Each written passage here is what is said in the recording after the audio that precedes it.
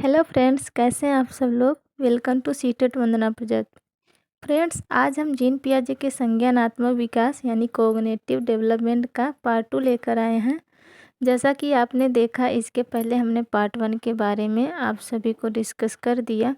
तो अभी हम लोग पार्ट 2 के बारे में जानेंगे, जिसमें संज्ञानात्मक विकास की चौथी अवस्था रह गई थी आपकी पार्ट 1 में, तो उसको चौथी अवस्था को ऐड किए हैं पार्ट 2 में। जीन पियाजे ने दिया था और मैंने इस पार्ट में आप सभी के लिए कुछ महत्वपूर्ण क्वेश्चन भी लिए हैं। हम देखेंगे कि आपका इस टॉपिक से कितना कंप्लीट हुआ है। तो फ्रेंड्स, अगर आपने पार्ट 1 नहीं देखा है तो देख लीजिए, हमने लिंक डिस्क्रिप्शन बॉक्स में दे रखा है, जो कि CTET paper 1 and paper 2 UP TET all over teachings exam में ये इम्पोर्टेंट क्वेश्चन आपसे पूछे ही जाते हैं। तो जिन्होंने पार्ट 1 नहीं देखा है वो पहले पार्ट 1 देख लीजिए, तभी आपको अच्छे से समझ में आएगा। चलिए फिर वीडियो को स्टार्ट करते हैं। अभी हम देखेंगे जीन पियाजे के संज्ञानात्मक की 4th स्टेज, जो कि आपकी रह गई थी। दिया 4th स्टेज दिया है औपचारिक संक्रियात्मक अवस्था यानी फॉर्मल ऑपरेशनल स्टेज। इसका जितना भी नाम है फ्रेंड्स, आप लोग इंग्लिश में ही याद करिएगा। हिंदी में आपको चेंजिंग नाम मिलेंगे तो आप कंफ्यूज हो जाएंगे, एंड इंग्लिश में एक ही नाम रहेगा, तो आप इंग्लिश में ही याद करिएगा, अच्छा रहेगा। और इसका टाइम पीरियड है 11 से 15 वर्ष। हम देखेंगे इसमें यह संज्ञान की सर्वोच्च अवस्था है। इसमें अमूर्त चिंतन प्रारंभ हो जाता है, चिंतन में क्रमबद्धता आ जाती है। देखिए, इसमें दिया है कि बच्चा अमूर्त चिंतन प्रारंभ कर देता है, मतलब कि बच्चे के सामने वो चीज़ नहीं रहेगी तो भी बच्चा सोचना चिंतन करना शुरू कर देगा। इसके पहले हमने 3rd स्टेज में देखा था कि बच्चा मूर्त चिंतन करता था, यानी जब उसके सामने कोई चीज़ रहेगी तब उसके बारे में बच्चा सोचेगा, चिंतन करेगा। हमने एग्जाम्पल देके उसमें बहुत अच्छे से समझाया है। तो आप पार्ट 1 देख लीजिए पहले, तभी आप पार्ट 2 को समझ पाएंगे। तो जैसे कि फॉर एग्जाम्पल हम देखते हैं, अगर मान लीजिए किसी बच्चे को आपने, जो मतलब 11 से प्लस है, आपके घर में कोई छोटा सा बच्चा होगा, तो उसको आपने दूसरे स्कूल में जैसे लेके जा रहे हैं, तो यहाँ पर बच्चा स्वयं चिंतन करने लगेगा। अगर आप उसको एक बार बोल देंगे, वो पूछेगा आप हम लोग कहाँ जा रहे हैं, तो आप बोल देंगे हम लोग स्कूल जा रहे हैं, दूसरे के स्कूल में, या फिर दूसरे स्कूल में एडमिशन लेने, तो वो बच्चा वहाँ पे चिंतन करना स्टार्ट कर देगा कि स्कूल में होता क्या है, कैसे उसका डिज़ाइन होता है और क्या कराया जाता है, सब उसको पता होगा। तो इसीलिए तो बच्चा, उसके सामने कोई चीज़ ना हो तो भी वह उसके बारे में चिंतन करना प्रारंभ कर देता है। इस चीज़ को ही हम लोग अमूर्त चिंतन कहते हैं, जो इस अवस्था में प्रारंभ हो जाती है और चिंतन में क्रमबद्धता आ जाती है। तो इसकी 4th स्टेज रह गई थी, जो आपने अभी देखा। इसके पहले के 3 स्टेज पार्ट 1 में हमने बताया है, जिन्होंने नहीं देखा है जाकर देख लीजिए, तभी आप क्वेश्चन को कर पाएंगे। मैंने बहुत ही अच्छे से समझाया हुआ है। उसके बाद जैसा कि हमने प्रॉमिस किया था आप लोगों से कि CTET UPTET all over teachings exam में संज्ञानात्मक विकास से जुड़े जितने भी मोस्ट इम्पॉर्टेंट क्वेश्चन हैं वो मैं आपको कराने वाली हूँ। तो क्वेश्चन को ध्यान से करिएगा, फिर देखिएगा कि आपका स्कोर कितना आ रहा है। तो फिर चलिए फ्रेंड्स, स्टार्ट करते हैं वीडियो को। स्टार्ट करने से पहले वीडियो को लाइक कर दीजिए, आप लोग चैनल को सब्सक्राइब कर लीजिए, और वीडियो अच्छी लगी तो प्लीज़ कमेंट में ज़रूर बताइएगा कि यह वीडियो आपके लिए कैसी थी। दिया है नंबर 1 है, जीन पियाजे के अनुसार निम्नलिखित में से कौन सी अवस्था में बच्चा मूर्त संकल्पनाओं के विषय में तार्किक चिंतन, नहीं यहाँ पे मूर्त नहीं रहेगा,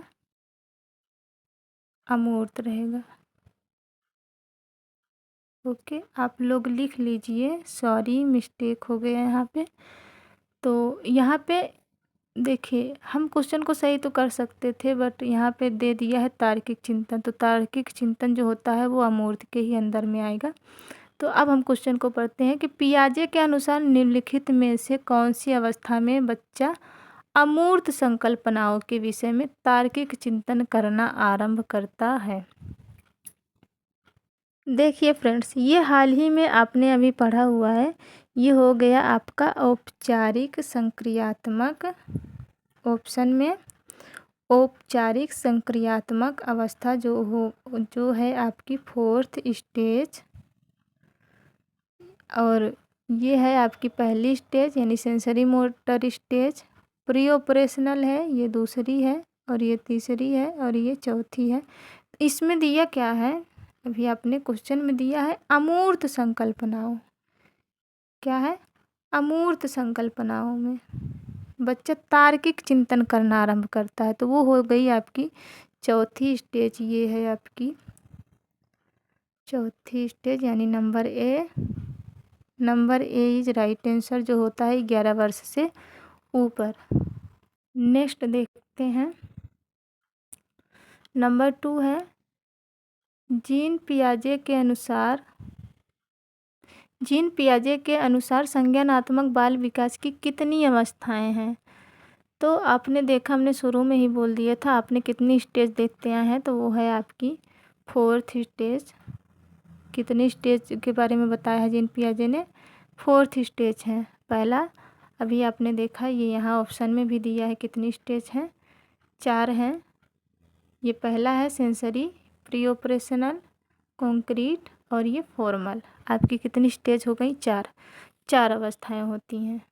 ओके, तो इसमें हो जाएगा आपका राइट आंसर। कितनी अवस्थाओं के बारे में बताया, 4 अवस्थाओं के बारे में। आगे देखते हैं, नंबर 3 है पियाजे के अधिगम के संज्ञानात्मक सिद्धांत के अनुसार वह प्रक्रिया जिसके द्वारा बच्चा संज्ञानात्मक संरचना को संशोधित करता है, क्या कहलाती है आपका। ए है प्रतिक्षण, बी है समायोजन, डी है समावेशन, सी है समावेशन, डी है स्कीमा। तो वो आपका क्या कहलाएगी, आपका कहलाएगी समायोजन यानी एकोमोडेशन। तो जिसमें बच्चा जो उसका पूर्व ज्ञान होता है और नया ज्ञान होता है उसको मिला के जो संशोधित करके निकालता है, तो वो हो जाएगा आपका समायोजन। नेक्स्ट, पियाजे के अनुसार निम्नलिखित में से कौन सा व्यक्ति के संज्ञानात्मक विकास को प्रभावित नहीं करेगा। इसमें पूछा है कि नहीं करेगा। तो नंबर ए है भाषा, बी है परिपक्व, सी है सामाजिक अनुभव, और डी है क्रियाकलाप। तो देखिए फ्रेंड्स, इसमें पूछा है नहीं करेगा, तो भाषा है, भाषा तो प्रभावित करेगी। परिपक्व है, ये भी करेगा। तो पूछा है नहीं करेगा, तो वो हो जाएगा आपका C number is right answer, सामाजिक अनुभव। आप पार्ट 1 देख सकते हैं। एंड नेक्स्ट देखेंगे 5 नंबर, पियाजे के संज्ञानात्मक विकास के चरणों के अनुसार इंद्रियागामक। अब देखिए कितने नाम देखने को मिल रहे हैं क्वेश्चन से, तो इसीलिए मैं बोल रही आपको पहले से ही बता रही कि आप जितने भी नाम हैं इसके इंग्लिश में याद करिए आप लोग। दिया है इंद्रियागामक, संवेदी, प्रेरक। अवस्था किसके साथ संबंधित है, तो ये कौन सी स्टेज हो गई आपकी, सेंसरी मोटर स्टेज, यानी ये पहली स्टेज है। तो पहली स्टेज में बच्चा क्या क्या किससे संबंधित है। ऑप्शन देखते हैं, अनुकरण, स्मृति और मानसिक निरूपण। बी है तार्किक रूप से समस्या समाधान की योग्यता। सी है विकल्पों के निर्वचन और विश्लेषण करने की योग्यता। डी है सामाजिक मुद्दों से सरोकार। तो पहला तो ये 2 ऑप्शन ऐसे ही कट जाएगा कि इसमें बच्चा को तो बिल्कुल योग्यता होती ही नहीं है किसी चीज़ में ना, तो उसको डी नंबर है सामाजिक मुद्दों से सरोकार। ये टाइम पीरियड होता है आपका 0 से 2 वर्ष, तो इसमें बच्चा ना उसको समाज से कोई मतलब रहता है, ना तो उसको तार्किक रूप से वो खुद तार्किक रूप से समस्या समाधान इसमें कुछ नहीं कर सकता है बच्चा। तो ये हो जाएगा आपका ए नंबर इज राइट आंसर आपका। वो बच्चा सिर्फ उसमें अनुकरण करके सीखता है, जो जन्म से 2 वर्ष होता है उसका टाइम पीरियड। तो बच्चा इसमें सिर्फ सीखता है अनुकरण करके, भाषा का अनुकरण करेगा, जैसे घर परिवार में रहेंगे लोग उसको कॉपी करके और सीखता है आगे। ठीक है, आपका ए नंबर इज राइट आंसर हो जाएगा। नेक्स्ट, 6 नंबर है डैश के विचार से मानसिक सक्रिय ज्ञान निर्माता तथा नन्हे वैज्ञानिक हैं जो संसार के बारे में अपने सिद्धांतों की रचना करते हैं। ऑप्शन देखेंगे। A number Skinner, Thorndike, Pavlov and पियाजे। तो इसका सिंपल से आंसर है, अभी हम लोग टॉपिक उठाए हैं जिस टॉपिक से, किसका टॉपिक चल आ रहा है अभी तक, जीन पियाजे का। तो सबसे अच्छा जो डिफाइन किया है संज्ञानात्मक विकास पर वो आपके जीन पियाजे हैं। तो आंसर हो जाएगा आपका जीन पियाजे इज राइट आंसर।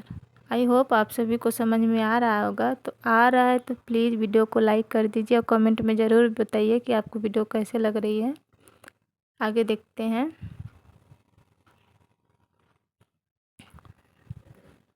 7 नंबर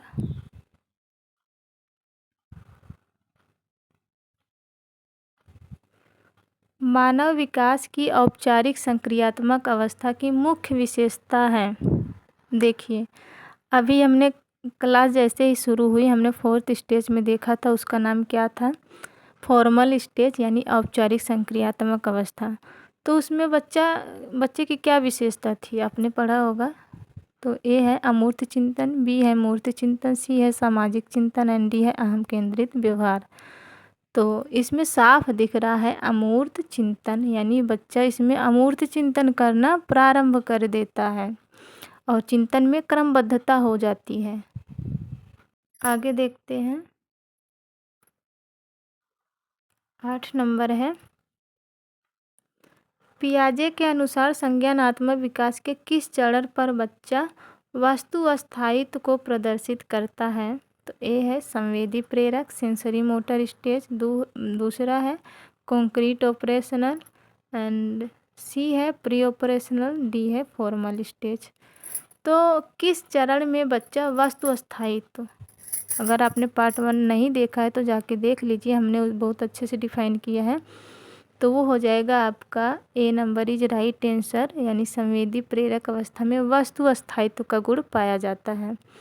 तो वस्तु अस्थायित्व का मतलब है कि आपने बच्चा सेंसरी ऑर्गन के माध्यम से, जैसे कि हमने उसके डोल को या फिर खिलौने को तकिए के नीचे छुपा दिया है, तो बच्चा अपने सेंसरी ऑर्गन के माध्यम से उसको ढूंढ निकालता है। तो वही होता है आपका वस्तु अस्थायित्व का गुण। तो किस में पाया जाता है पूछा है, सेंसरी मोटर स्टेज में। ये आपकी पहली स्टेज है, तो आप इसको याद कर लीजिए।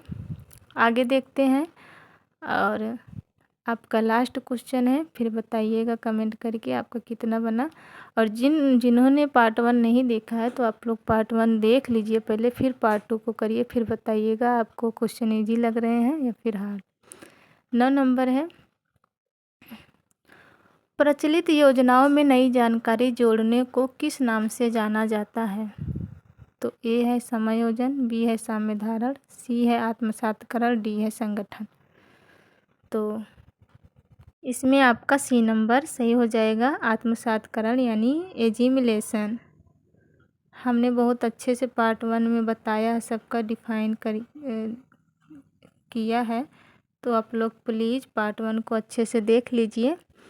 तो हो जाएगा आपका C number is right answer, यानी एजिमिलेशन आत्मसातकरण। तो जिस फ्रेंड्स ने पार्ट 1 नहीं देखा है वो आप लोग अच्छे से देख लीजिए। मुझे नहीं लगता कि ये क्वेश्चन आप लोग ना कर पाएँ पार्ट 1 देखने के बाद, तो आप पार्ट 1 को ज़रूर देखिए, उसके बाद इस क्वेश्चन को आप लोग कीजिए और फिर बताइए कि आपको हार्ड लग रहे या फिर इजी। तो फ्रेंड्स, ये कुछ थे इम्पोर्टेंट क्वेश्चन आपके जो मैंने पार्टों के अंदर रखे थे, जो अलग अलग टीचिंग्स एग्ज़ाम में पूछे गए हैं, और जितना हो सकता है वो क्वेश्चन हमने इसके अंदर इंक्लूड किए थे। तो मुझे नहीं लगता इसके अलावा कुछ बच गए होंगे। तो प्लीज़ फ्रेंड्स चैनल को सब्सक्राइब कर लीजिए, ताकि जितने भी video CTET like UP TET all over teachings exam से आती रहे। और मोस्टली सीटेट को तो ये जो अभी आने वाला है आपका इजली 100+ मार्क्स से पास कर जाएंगे आप लोग, क्योंकि इतना हार्ड एग्ज़ाम नहीं होता है इसका। तो चलिए मैं वीडियो को स्टॉप करती हूँ और आप लोग चैनल को सब्सक्राइब कर लीजिए, साथ ही साथ बेल आइकन को भी ऑन कर लीजिए ताकि वीडियो को नोटिफिकेशन आप तक पहुंच जाए। और हाँ, यह वीडियो आपको कैसे लगी कमेंट में ज़रूर बताइएगा। तो मिलते हैं नेक्स्ट वीडियो में नेक्स्ट टॉपिक के साथ। तब तक के लिए बाय, टेक केयर एंड देखिए ये मेरा चैनल, आप इसको सब्सक्राइब कर लीजिएगा प्लीज़। और मिलते हैं नेक्स्ट वीडियो में। And thanks for watching. ऐसे ही बने रहिए और सपोर्ट कीजिए। और कमेंट में ज़रूर बताइएगा, भूलिएगा मत कमेंट करना कि यह वीडियो आपके लिए कैसी थी। मिलते हैं नेक्स्ट वीडियो में। Okay, thank you.